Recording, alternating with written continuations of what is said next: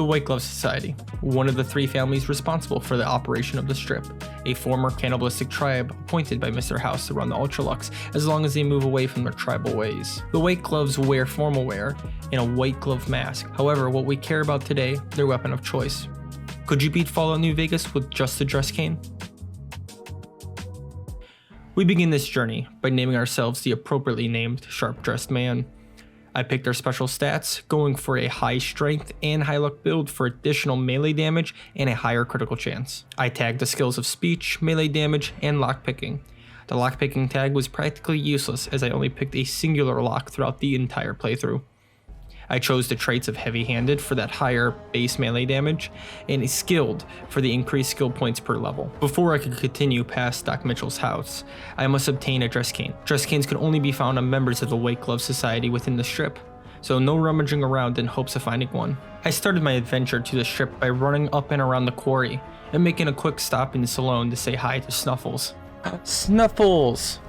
I made my way through the Black Mountain shortcut while borrowing the NCR uniform off a dead soldier. I entered Cap McCarran and headed to the monorail and entered the strip. That's actually my left hook and my right hook. I had 2 in the wrong order. In the Ultralux, I found Heck Gunderson and began his quest beyond the beef. Now, the only way to obtain a dress cane was through killing a member of the White Gloves. Within this quest, I needed to search an investigator's room, where 2 members of the White Gloves will ambush me. On my way to the investigator's room, I crashed. The first of many crashes throughout this entire run. I fended off the White Gloves, took their canes, and now I can begin the challenge officially. I decided to finish Beyond the Beef for some easy XP.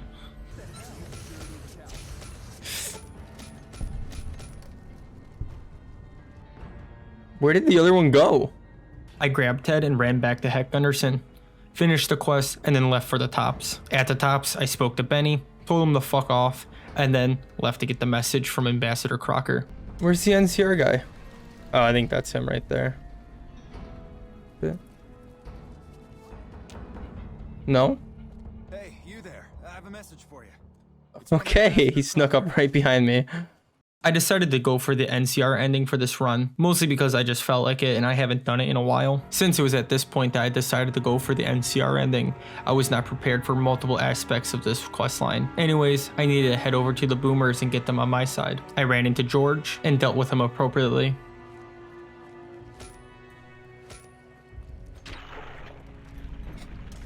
I had to do it. I then hugged the side of a cliff to make it to the Boomers' front gate. I spoke to Pearl to begin their quest line. I started to talk to the others to begin their quests. I went to the museum to listen to the Boomers' story, picked up the Ants Misbehaving quest. Sunshine Boogie was a quick breeze. Just... Uh-oh.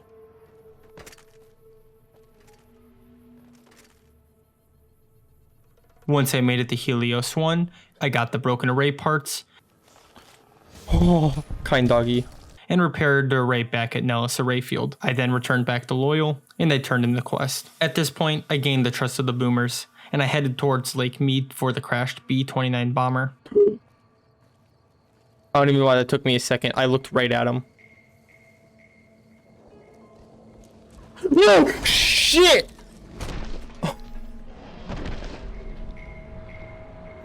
Oh, that actually scared me. After making it to the crashed bomber, I attached the ballast and raised the bomber. I have gained the trust of the Boomers, and then I returned back to Ambassador Crocker to report the news.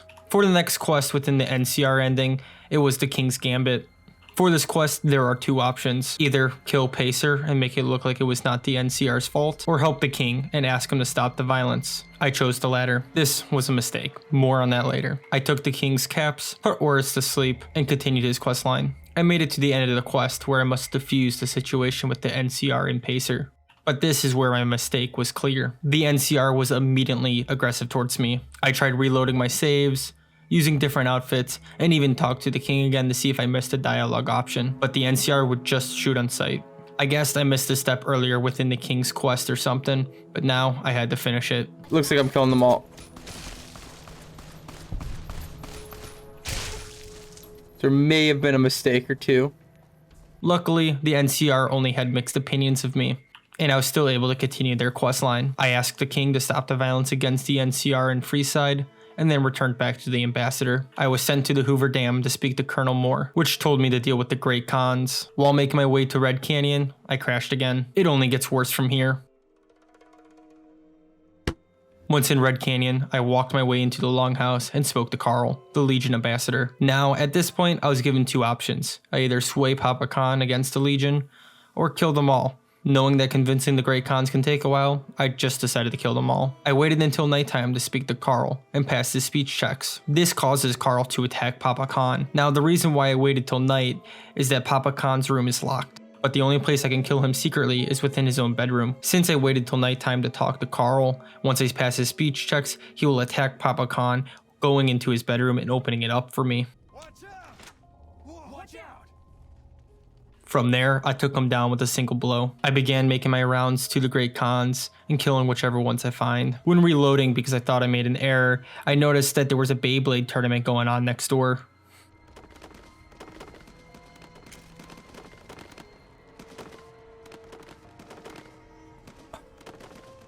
What the fuck is going on here?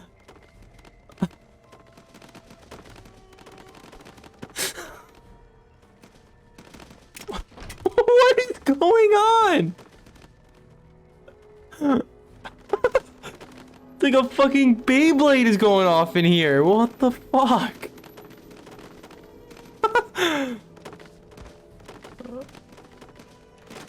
Alright, well. Oh, I came out here. Oh, it was Carl. Not anymore. After putting the last Great Khan down, I went back to Colonel Moore, took the next quest, and made it back to the strip. I crashed for the third time, but wait, there's more. I entered the Gomorrah looking for Casino, pickpocketed his journal, and crashed. That's right, for the price of one, you can get 2 crashes. I spoke to Troiki to convince him to destroy the guns, and then left the Gomorrah to give him some time. I had no clue how long it would take, so I decided to head over to the tops to play a little bit of blackjack. I got a couple good hands, and then stopped gambling on my own accord. I am receiving information about a new special offer. You can now get 3 crashes for the price of 1. That's right, 3 crashes for the price of 1. But if you only call now within the next 15 minutes. I returned back to the Gomorrah and spoke to Casino, which is where I was not prepared. I had forgotten about the level 80 speech check he has. I tried leaving the conversation and then the Gomorrah and seeing if I can level up. However, once I returned, it was too late. I had to sit down with Nero and Big Sal with no weapons at all. I at least got Big Sal killed through a speech check, but I still needed to deal with Nero with just my fists. I took him out Mike Tyson's Punch-Out style, and I returned back to Colonel Moore for an update. Next on the agenda was Mr. House. To kill Mr. House, I needed to get a lucky 38 keycard, so I decided to head over to Camp Golf and pick up that keycard, opened the antechamber, and puckered my asshole as I ran into the elevator. I launched Mr. House out of his pod. That's one way to speed it up. I did not know you can do that.